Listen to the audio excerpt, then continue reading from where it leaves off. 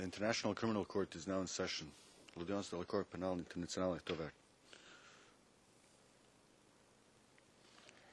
Please be seated. Vous asseoir.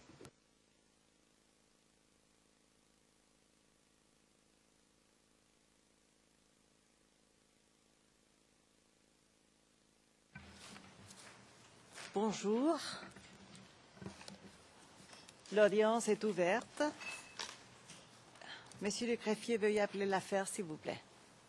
Madame le greffier, je m'excuse. Thank you, Madam President. Le greffier, merci Madame le Président. Situation en République de Côte d'Ivoire en l'affaire Le Procureur contre Laurent Gbagbo. ICC 02 11 01 11. Est-ce qu'il y a des changements dans les équipes?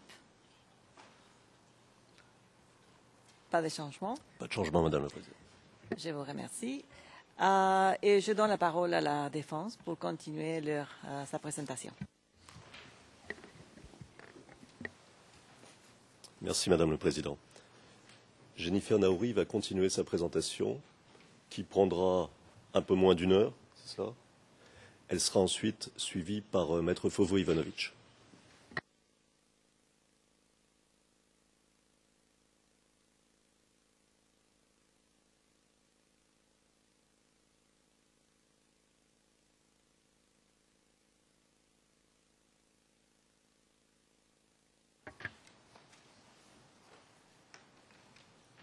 Madame le Président, Madame, Monsieur les juges, dans son exposé des faits, le procureur se garde bien d'informer la Chambre de ce que, régulièrement proclamé vainqueur par le Conseil constitutionnel, le président Gbagbo n'aura cessé, jusqu'à son arrestation, de chercher une solution pacifique à la crise post-électorale, en proposant par exemple le recomptage des voix. Au lendemain des élections présidentielles, il proposera le recomptage des voix, position sans cesse réaffirmée au cours des mois suivants et sans cesse refusée par ses adversaires. Je vous propose de visionner un extrait.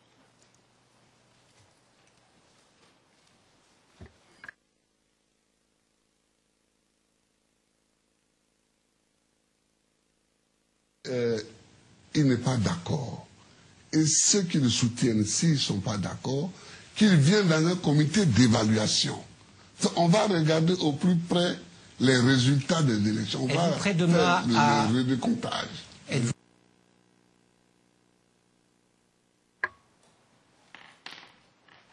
Pourtant, le recomptage des voix n'a choqué personne quand il s'agissait du nouveau président de l'UMP ou lors des élections présidentielles en 2000 aux États-Unis, ou encore lors des élections présidentielles en Haïti, au même moment, en novembre 2010. Il est intéressant de noter que l'ancien ambassadeur de Côte d'Ivoire en Afrique du Sud indique, et je cite, « Je sais, parce qu'il me l'a dit, et parce que cela correspond à son caractère, que si le recomptage avait eu lieu et qu'il était donné perdant, il se serait plié au verdict des urnes. » Fin de citation. Quelqu'un qui voudrait se maintenir au pouvoir à tout prix aurait-il proposé une solution aussi pacifique que le recomptage des voix? Non, Madame le Président. Le président Gbagbo n'était pas déterminé à rester au pouvoir. Il était déterminé à accepter le verdict des urnes. Permettez-moi de rappeler que c'est le président Gbagbo qui a introduit le multipartisme en Côte d'Ivoire. Sans lui, pas d'élection démocratique en Côte d'Ivoire. Son engagement pour la démocratie, c'est l'engagement de toute une vie. Et c'est le refus du dialogue et la volonté des rebelles de recourir au pouvoir qui a déclenché la crise post-électorale qu'a connue la Côte d'Ivoire. Le président Gbagbo n'aura eu de cesse de souhaiter des négociations. C'est Alassane Ouattara qui refuse la nomination, le 26 mars 2011, de José Brito, ancien ministre des Affaires étrangères du Cap-Vert, comme haut représentant de l'Union africaine en Côte d'Ivoire, pour entamer une médiation. C'est la France et l'ONUCI qui, d'après le apostolique refuse, et je cite, « de forcer les parties à dialoguer ».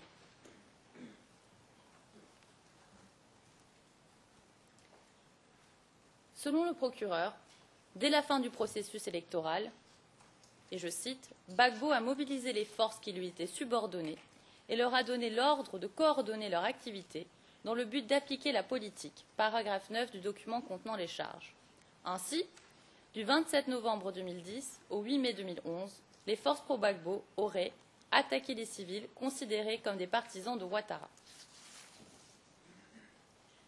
Pourquoi le président Gbagbo aurait-il demandé au FDS d'intervenir pour attaquer des civils? Il venait d'être proclamé président de la République.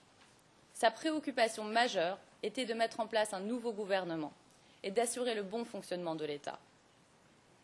Si les FDS, qui sont les forces gouvernementales officielles, rappelons-le, ont été impliquées dans des incidents lors de la crise post-électorale, c'est parce qu'elles ont été attaquées. D'une part, les rebelles qui ont pris le contrôle en décembre 2010, janvier et février 2011 du quartier d'Abobo à Abidjan et se sont ensuite attaqués à d'autres quartiers. D'autre part, une offensive a été lancée avec l'aide de l'armée française et de l'ONUCI de la zone rebelle au nord du pays vers Abidjan.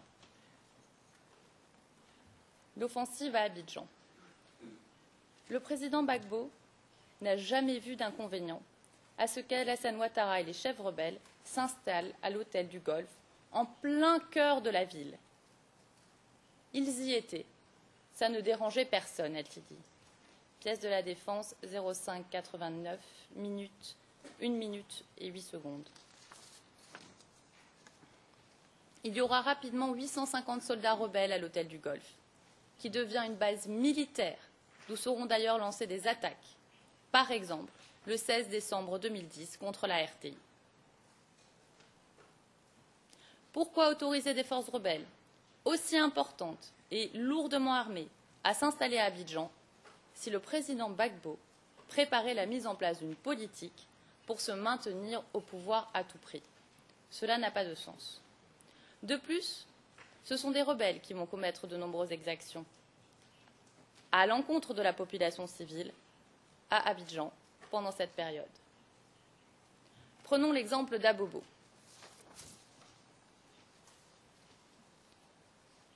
Abobo n'est pas un simple quartier d'Abidjan. C'est une ville dans la ville, peuplée de plus d'1 million d'habitants.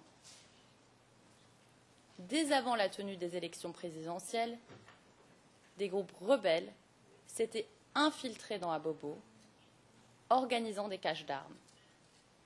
Ils arrivaient du nord, notamment par le chemin de fer. Il faut savoir que l'origine de la commune d'Abobo est associée à la construction de ce chemin de fer. Toute une vie s'est ensuite organisée autour de la gare, qui aujourd'hui encore demeure le centre de cette localité. C'est dès avant les élections présidentielles que les rebelles infiltraient Abobo. Et c'est le 16 décembre 2010 qu'ils lançaient leur première attaque contre les forces de sécurité. Dès le début, les affrontements les plus violents opposent les différents groupes rebelles en présence, notamment des groupes obéissant à Guillaume Soro et le Commando Invisible dirigé par IB. Munis d'armes lourdes, les rebelles attaquent les postes de police, les forces de l'ordre en général et s'en prennent aux civils. Je vous propose de regarder une vidéo. Cette femme brûlait vive. Selon les témoignages recueillis, d'autres victimes encore ont carrément été égorgées et leurs corps sans vie évacués avant notre arrivée par les services de pompes funèbres.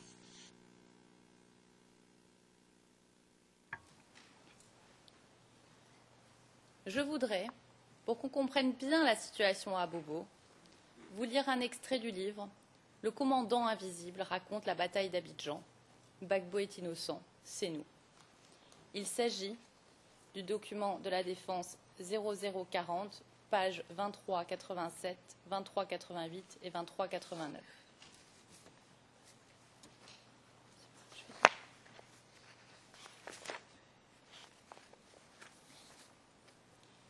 De combien d'éléments était composé le commando invisible pendant cette guerre en 2010-2011?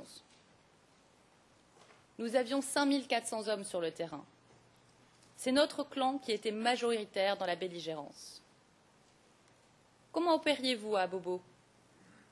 Nous avions d'abord reçu de la Licorne tous les plans, tous les repères stratégiques d'Abidjan pour pouvoir venir envahir la ville. Elle nous avait également fourni toutes les cartes des communes d'Abidjan, où les coins et recoins sont bien identifiés. Au début, c'est par le train qu'on a fait entrer petit à petit nos éléments à Abidjan. Et nous sommes allés nous installer à Bois-Sec, un petit endroit du côté de Ndotré, à Abobo, pour former un petit camp. Et lorsque nous avons reçu les armes que la France nous avait promises, nous avons commencé à passer à l'acte, en envahissant Abobo et en faisant subir des atrocités à la population pour faire peur au pouvoir. C'est là qu'on a commencé, sous les consignes et ordres de l'ONUCI. C'est l'ONUCI qui nous livrait les armes, les véhicules et les moyens de combat, tout. Par la suite, nous avons envahi Anyama, Anonkouankouté, Bokambo et les zones Abobo centre, ouest, nord. Lorsqu'on a pris le contrôle d'Abobo, en commençant par Abobo ouest, par Ekekwa, dans le rayon du camp commando d'Abobo, on a pris davantage de confiance.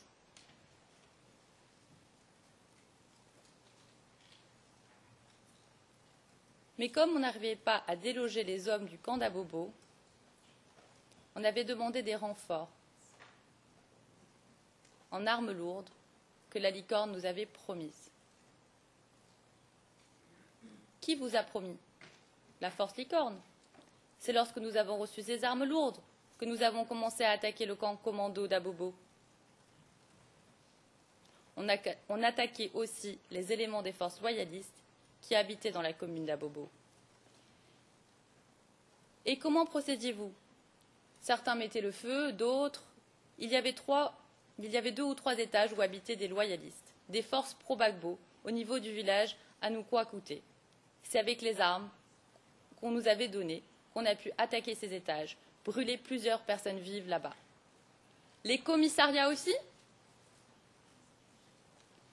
Oui, on a commencé ensuite à attaquer plusieurs cités des forces loyalistes au niveau d'Abobo. Lorsqu'on avait fini le contrôle de tout Abobo, il fallait que, peu à peu, on commence à prendre le contrôle de Yopougon, Trècheville, Cocody, Plateau et Adjamé. Adjamé nous a été déjà acquis. Trècheville nous avait été déjà acquis.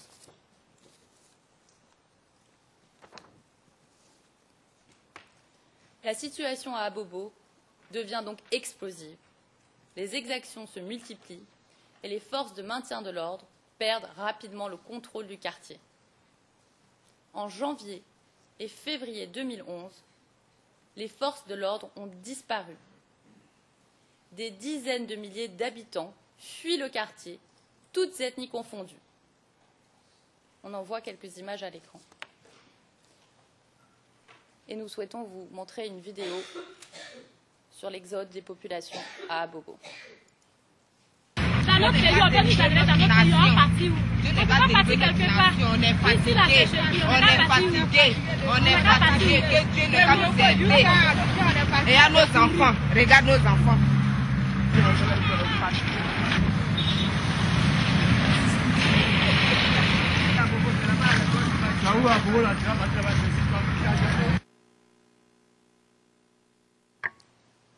C'est ça, la situation à Abobo, fin février 2011. À l'exception des gendarmes assiégés au camp commando, le quartier tout entier est entre les mains du commando invisible et d'autres groupes pro-Ouattara. L'offensive. Le procureur lui-même précise que, et je cite, « les FRCI avançaient du nord au sud de la Côte d'Ivoire pour atteindre Abidjan le 31 mars 2011, paragraphe 14 du document contenant les charges.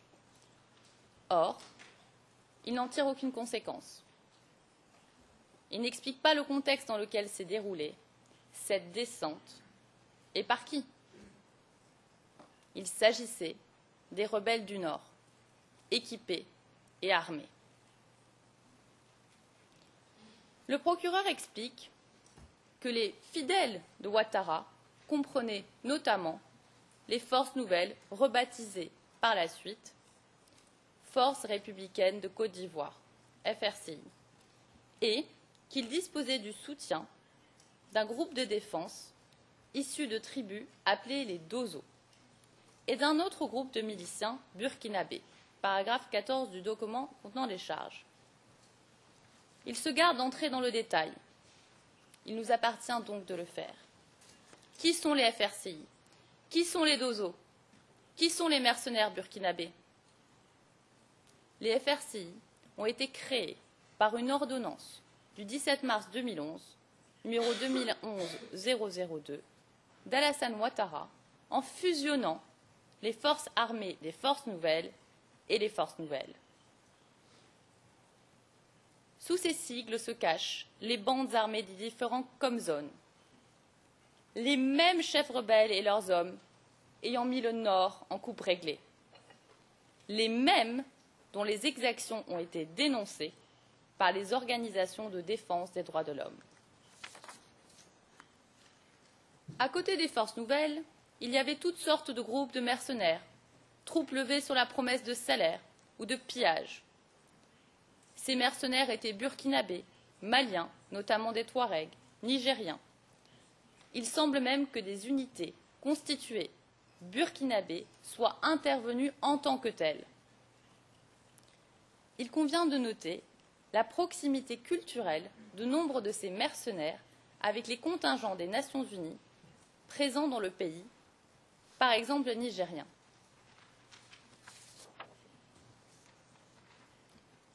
Quant aux milices Dozo, dont parle le procureur, sans s'y attarder,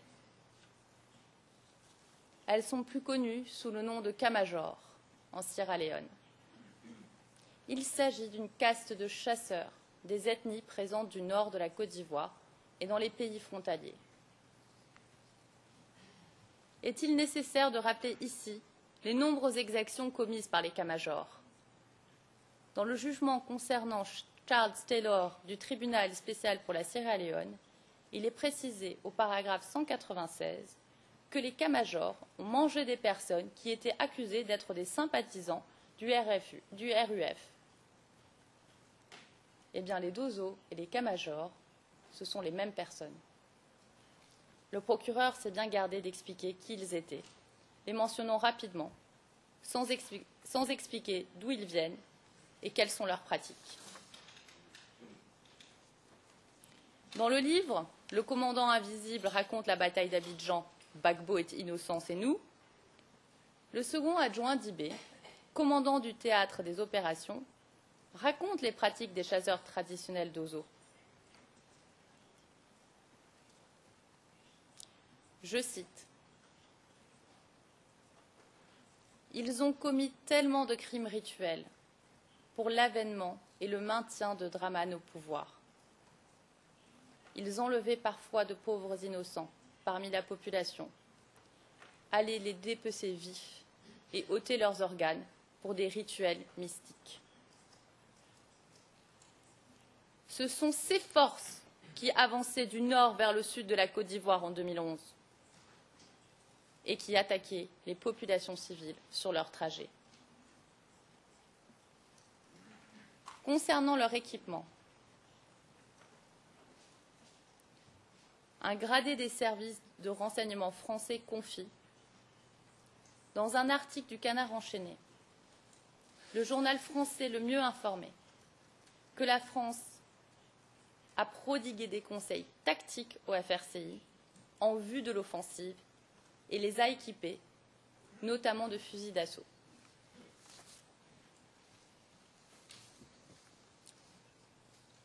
La descente vers Abidjan. Dès le début de leur descente vers le sud, les forces rebelles se livrent à des atrocités. Dans l'ouest de la Côte d'Ivoire, les rebelles ont systématiquement pris pour cible les civils présumés pro-Gbagbo, hommes, femmes, personnes âgées et enfants. En février 2011, la ville de Zouan-Ounien est attaquée. En février et mars 2011, les rebelles ont massacré des centaines de civils et violé des dizaines de femmes dans l'ouest du pays. Dans une dizaine de villages, entre Bloléquin et Tout-le-Pleu, des exécutions, actes de mutilation et immolations par le feu ont été commis par les rebelles. Les personnes âgées n'ayant pas pu s'enfuir ont été exécutées sommairement. Ces massacres ont provoqué la fuite de dizaines de milliers de civils. Dans le village de Diobokié, près de Douékoué, les civils qui n'ont pas fui ont été tués par les rebelles. 4 personnes ont eu les bras tranchés et ont été éventrées alors qu'elles étaient encore vivantes. Arrêtons-nous un instant sur la cité martyre de Douékoué. Dans cette région, les massacres ont fait des centaines de morts et entraîné des dizaines de milliers de réfugiés.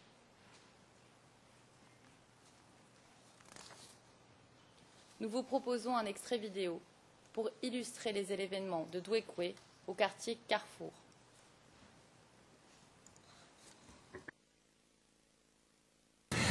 Les forces du Nord ont gagné, ont pris la ville et ensuite il y a eu des massacres, un tri des hommes. Vous voyez d'ailleurs que sur les images on voit bien les papiers d'identité qui sont posés à côté des hommes abattus et exécutés d'une balle à la tête souvent ou d'un coup de machette, voire égorgés. Et on s'aperçoit que ces papiers, ce sont des papiers de guérés, c'est-à-dire que ce sont des ethnies guérées. Et l'ethnie guérée est supposée être favorable au président Gbagbo. Et donc il y a eu des représailles, ça a duré plusieurs jours, ça s'est passé en ville, à Douékoué, dans le grand quartier de Carrefour. Ça s'est passé aussi dans les villages, dans les campements, dans la brousse. On pense qu'il y a eu entre 1000 et 2000 morts.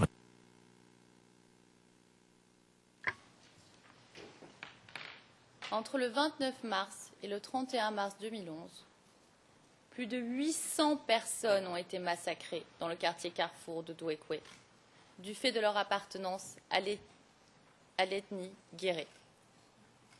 Le massacre a été perpétré par des rebelles, des dozos et des miliciens burkinabés dirigés par Amadé Ouerini, un Komzone burkinabé. Dans les alentours de Douékoué, entre le 28 mars et le 10 avril 2011, les populations des villages de Dawa, Delobli, Baébé, Binou, Guéibli et Dieiba ont été massacrés. Le 28 mars 2011, le village de Diaouin est à nouveau victime des exactions des rebelles. Le bilan s'élève ce jour-là à 24 morts. Dans le village de Dioukoué, à distinguer de Douékoué, les civils ont été torturés, violés, amputés, jetés dans des puits et tués. Dans la ville de Guilo, les populations civiles ont été massacrées. Enfin, à Alep, de nombreuses exactions ont été commises à l'encontre de la population civile, notamment par les dozos. Je pense que les images parlent d'elles-mêmes. Nous y voyons par exemple un homme qui a été victime de rituels dozo.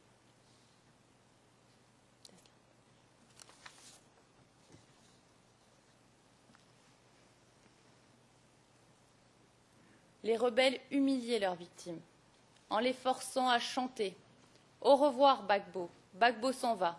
Je vous propose d'écouter.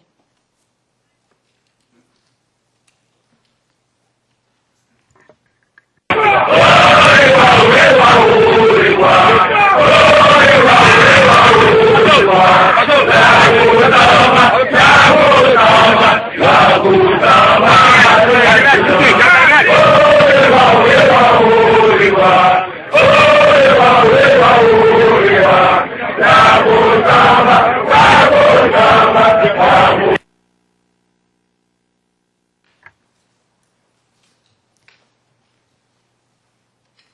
Arrivés à Abidjan, les Comzones se partagent la ville. Mais leurs attaques contre les forces régulières échoueront.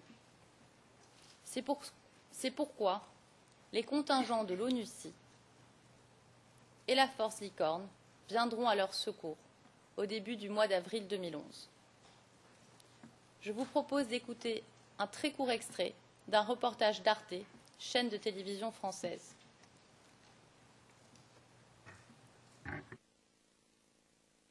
Alors, les fuient! Et la patrouille, censée sécuriser le quartier, s'achève, une fois encore, en retrait précipité. L'épilogue survient 2 jours plus tard. Entre-temps, l'ONU et les forces françaises ont pris les choses en main. À l'annonce de la capture de Gbagbo, toutes les troupes qui n'y ont pas participé se ruent vers la résidence.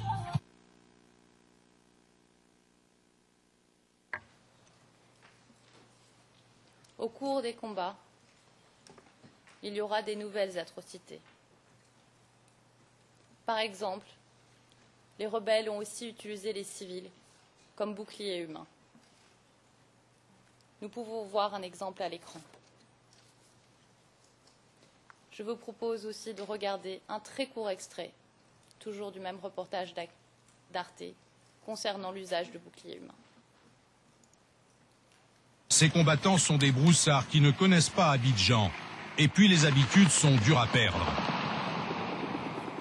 La preuve, arrivés à Cocody et pris sous le feu de quelques snipers, les soldats du colonel Ouattao décident de se faire un bouclier de ces hommes. Des civils raflés dans la rue. La patrouille commence. Les hommes progressent sous la protection de leurs otages. Ne fais pas confiance à les hommes là. Sortez! Ouais, avance, laisse. Venez, citoyen, venez. Ici. Venez. Avancez. Rien n'est à, venez. On est venu acheter du pain. C'est pas grave, venez, doyen, venez. Chaque civil aperçu est un suspect. Ne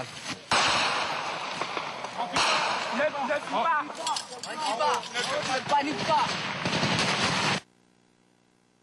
Si vous me permettez juste d'intervenir une petite seconde, avec votre permission. C'est juste pour une question de pratique pour tous et chacun, car on ne nomme dans le transcrit, les références vidéo n'apparaissent pas, car on n'indique pas l'ERN de la pièce et le piétage, donc de quelle seconde ou quelle minute à quelle minute. Malgré le fait que ça puisse alourdir les débats, il serait peut-être important de le faire, tel que on a, quoique c'était des extraits vidéo limités que l'accusation a montré, c'est qu'on ne s'y retrouve pas. Tout ce qu'on a dans les transcrits, c'est, entre parenthèses, diffusion d'une vidéo. Et il va être très difficile, certainement pour les parties, mais la Chambre également, de s'y retrouver par après. Je vous remercie. Et oui, il me semble aussi qu'il faudra que vous donniez plus de références pour savoir exactement de quoi il s'agit et à quelle minute. Oui, malheureusement, ça va couper un peu votre récit, mais il faudra avoir toutes les références. Est-ce que vous pouvez le faire et peut-être clarifier après ce que vous avez déjà passé si ce n'est pas clair au transcript? Petraltit. Oui, merci Madame le Président. Bien entendu, nous allons donner le plus d'informations possible. Jennifer Naouri voudrait préciser quelques éléments en réponse au procureur. Il y a des éléments d'information ici qui mériteraient peut-être d'être soulignés, mais nous allons faire naturellement ce que vous dites. Oui, merci Madame le Président. Il n'y a aucun problème pour nous de préciser avant chaque vidéo les références, mais elles sont indiquées dans le PowerPoint. Vous pouvez voir que dans le PowerPoint, en bas de page, il y a la référence de la pièce et le début du timecode, donc le moment où on commence l'extrait dans la pièce qui a été divulguée. Donc on va vous donner, comme le procureur l'a fait, un DVD avec notre PowerPoint qui permettra de voir exactement quelles pièces ont été citées. Il n'y a aucun problème, et je vais attendre 5 secondes. On remercie d'ailleurs la défense de nous remettre le PowerPoint avec les ERN et tout. Ça va. C'est juste que malheureusement, dans le transcrit lui-même, lorsque dans une semaine ou 2 ou 3, on va être en train d'écrire les observations de clôture. On pourra pas, on va avoir le PowerPoint, certes, mais en lien avec le transcrit, ça va être plus difficile. Je crois que c'est Mais clair c'est même dans le entendu, programme. oui, Oui, c'est bien. oui, merci.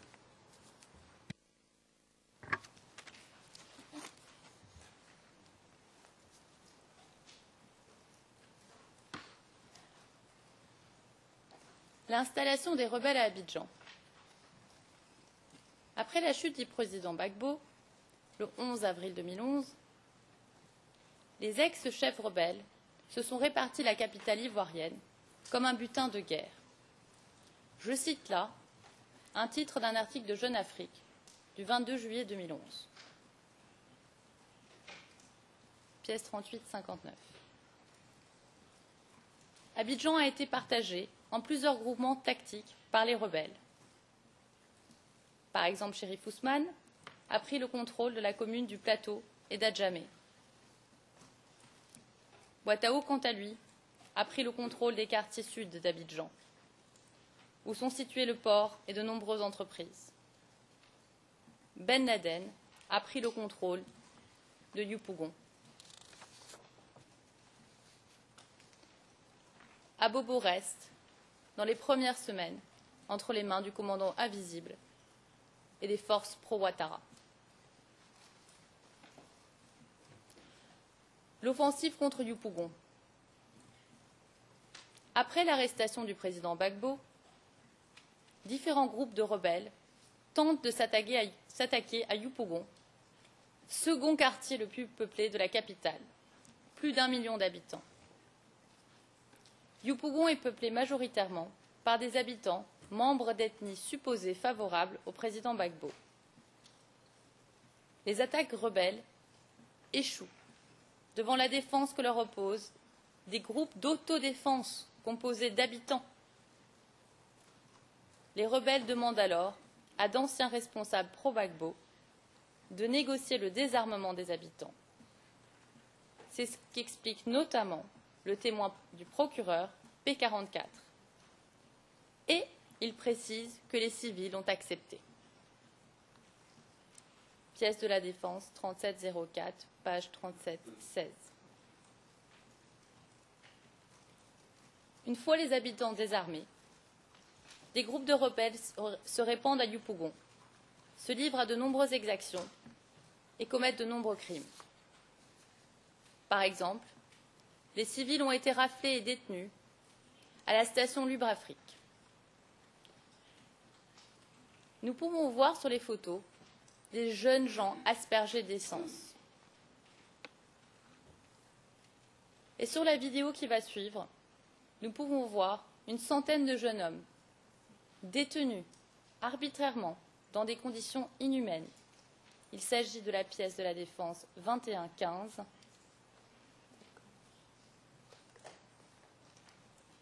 Et nous préciserons le timecode une fois qu'on aura montré la vidéo.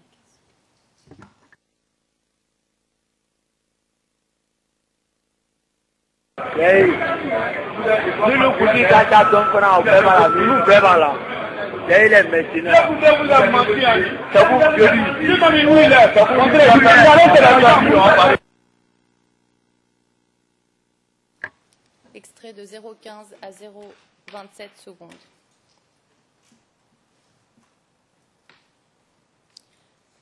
La Côte d'Ivoire est le théâtre d'un conflit armé non international avant le 25 février 2011.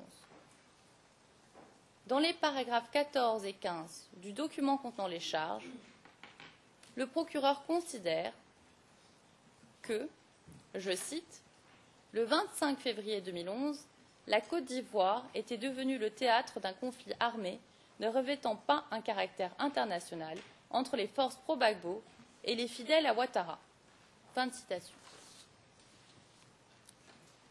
Or, il s'agit d'une simple affirmation basée, nous venons de le voir, sur un exposé des faits lacunaire et déformé. Il n'est pas acceptable d'utiliser des critères autres que juridiques pour qualifier un conflit. C'est ce que rappellent les commentaires du Comité international de la Croix-Rouge portant sur l'article 1 du protocole additionnel 2 aux conventions de Genève. Je cite, « L'application du protocole ne doit pas dépendre de l'appréciation des parties. Le protocole entre en vigueur automatiquement dès que les conditions matérielles, telles que définies par l'article, sont remplies. Il convient donc de définir juridiquement le conflit armé non international. En vertu de l'article 8.2 F du statut, l'existence d'un conflit armé ne présentant pas un caractère international suppose la démonstration d'un conflit qui oppose, je cite, d'une manière prolongée sur le territoire d'un État, les autorités du gouvernement de cet État et des groupes armés organisés ou des groupes armés organisés entre eux. Le protocole additionnel 2 aux conventions de Genève, ratifié par la Côte d'Ivoire le 20 septembre 1989, précise sa définition en soulignant qu'il s'agit d'un conflit, je cite, qui se déroule sur le territoire d'une autre partie contractante entre ses forces armées et des forces armées dissidentes ou des groupes armés organisés qui, sous la conduite d'un commandement responsable, exercent sur une partie de son territoire un contrôle tel qui leur permet de mener des opérations militaires continues et concertées et d'appliquer le présent protocole. Pour qualifier le conflit armé non international, le procureur aurait donc dû démontrer, d'abord, l'existence d'un groupe armé organisé qui se serait opposé aux autorités du gouvernement de Côte d'Ivoire. Le critère d'organisation des parties au conflit concerne uniquement la partie non étatique, puisque les forces gouvernementales sont présumées remplir cette condition.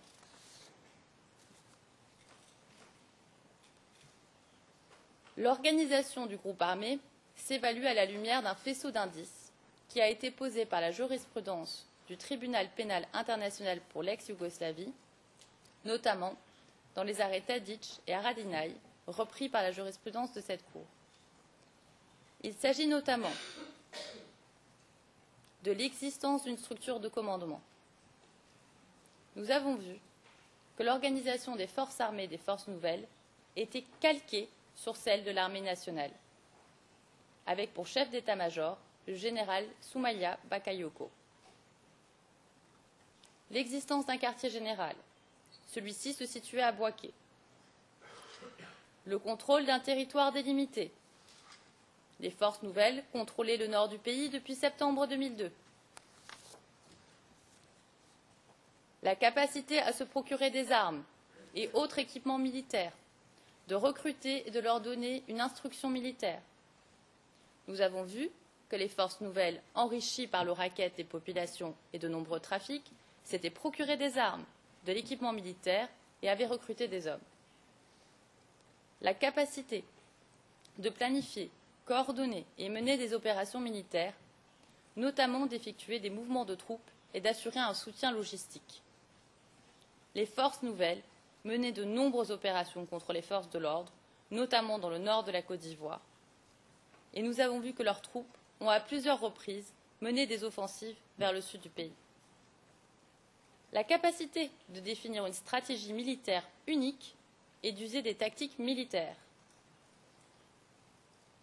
Toutes les opérations militaires des forces nouvelles, depuis septembre 2002, avaient pour but de renverser le pouvoir et aboutiront finalement le 11 avril 2011. La capacité de s'exprimer d'une seule voix et de conclure des accords comme des accords de cessez-le-feu ou de paix. Nous l'avons démontré vendredi. Les forces nouvelles avaient signé un certain nombre d'accords de paix avec le gouvernement, bien qu'elles ne les aient jamais respectés. Nous avons donc démontré, tout au long de la présentation des faits, que les forces nouvelles remplissaient ces critères, et ce depuis 2002. Outre l'organisation d'un groupe armé, l'existence d'un conflit armé non international se caractérise par l'intensité et la durée des combats. Le critère d'intensité de la violence s'évalue à la lumière d'un faisceau d'indices qui a été posé par la jurisprudence du Tribunal pénal international pour l'ex-Yougoslavie. Il s'agit notamment du type d'armes et autres matériels militaires utilisés. Nous l'avons dit, les forces nouvelles étaient lourdement armées et disposaient de matériel militaire. le nombre de personnes et le type de force engagées dans les combats.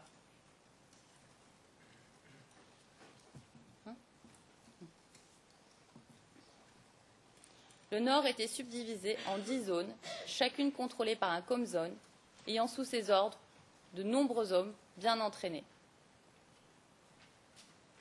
Le nombre de victimes, l'étendue des destructions et le nombre de civils ayant fui la zone des combats.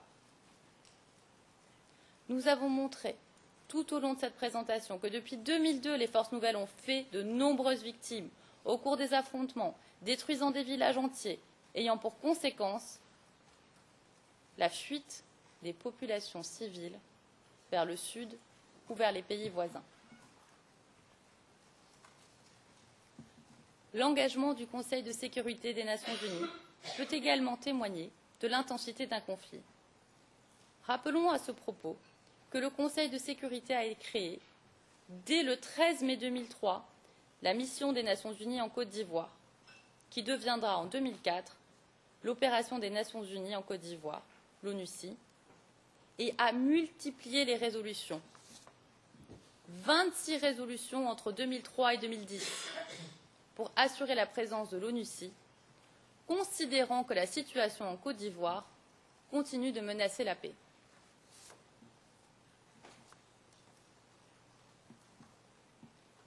Le procureur ne prend pas la peine de définir ce qu'il entend par conflit armé non international, parce qu'il ne prend pas la peine de définir les parties au conflit. S'il l'avait fait, il aurait dû s'intéresser aux forces nouvelles, actives en Côte d'Ivoire depuis le début des années 2000.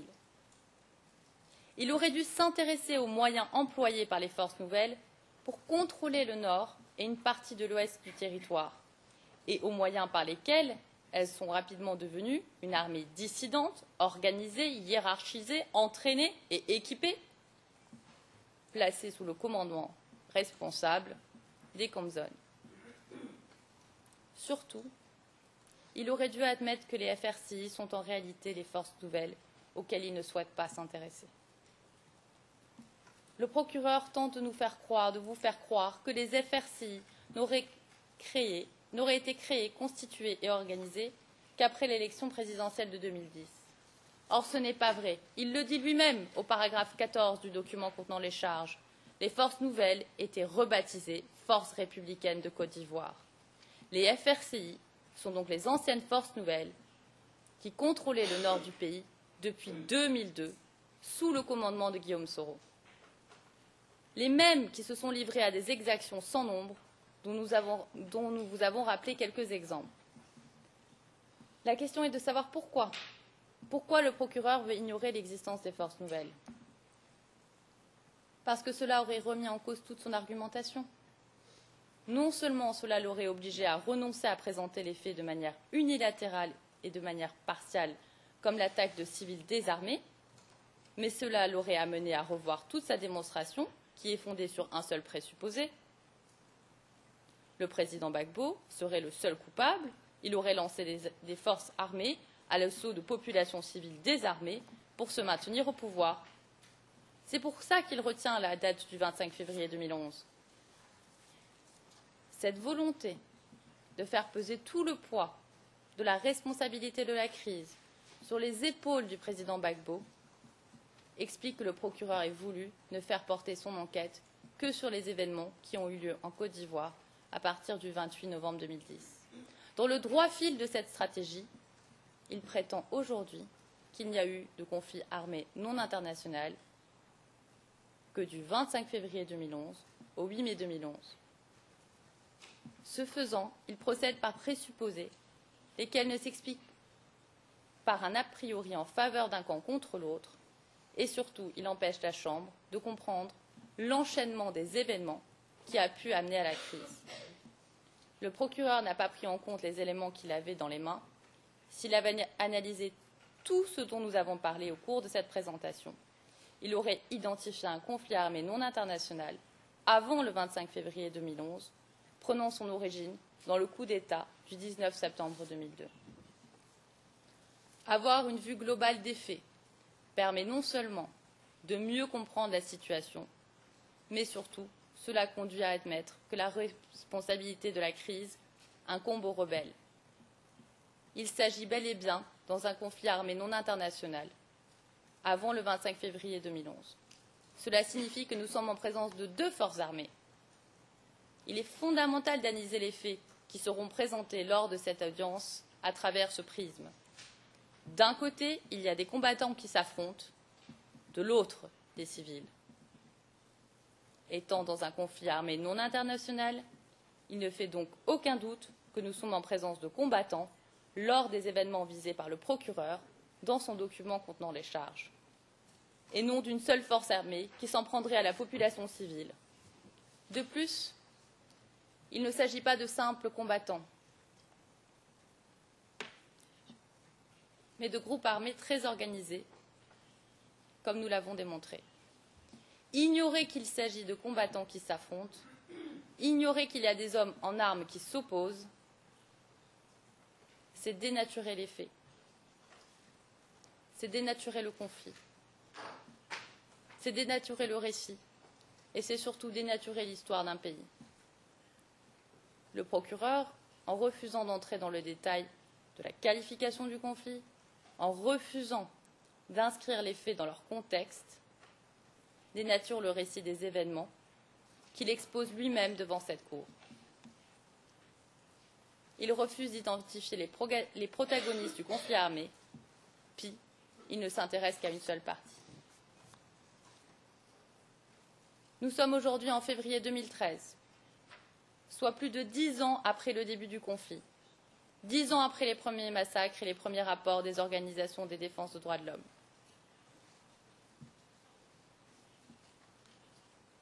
Pour maintenir contre toute évidence sa ligne de conduite, le procureur fait comme s'il ne s'était rien passé depuis lors. Pour cela, il a fait abstraction des éléments de preuve à la disposition des parties. Mais les faits sont têtus et la construction a posteriori du procureur apparaît en pleine lumière. C'est d'autant plus surprenant que le procureur a prétendu avoir mené des enquêtes lors d'un examen de la situation qui existe en Côte d'Ivoire depuis 2003. Comment peut-il sérieusement et de bonne foi prétendre aujourd'hui ignorer tout ce qu'il s'est passé depuis 2002 en Côte d'Ivoire et ce qui s'y passe encore? À Douékoué, les civils sont encore pris pour cible. Jean-Paul Marie, grand reporter du Nouvel Observateur, envoyé spécial en Côte d'Ivoire, raconte ces exactions. La population civile est encore persécutée. Pièce de la Défense 39-52. Tous les jours, c'est toute la Côte d'Ivoire qui souffre. Les rapports récents des droits de l'homme n'ont eu de cesse de le dénoncer. La violence est partout et l'impunité règne. Que fait le procureur?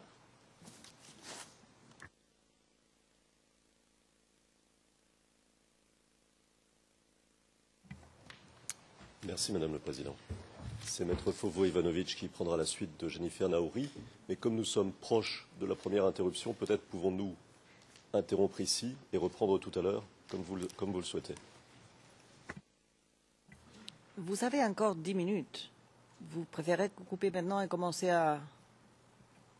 Bon, et vous savez pour combien de temps la prochaine... La présentation de Maître Fovo-Ivanovic va s'étaler sur les deux plages de temps d'aujourd'hui et demain aussi. Bon, alors à ce moment-là, on peut commencer à 5h moins le quart, moins 4.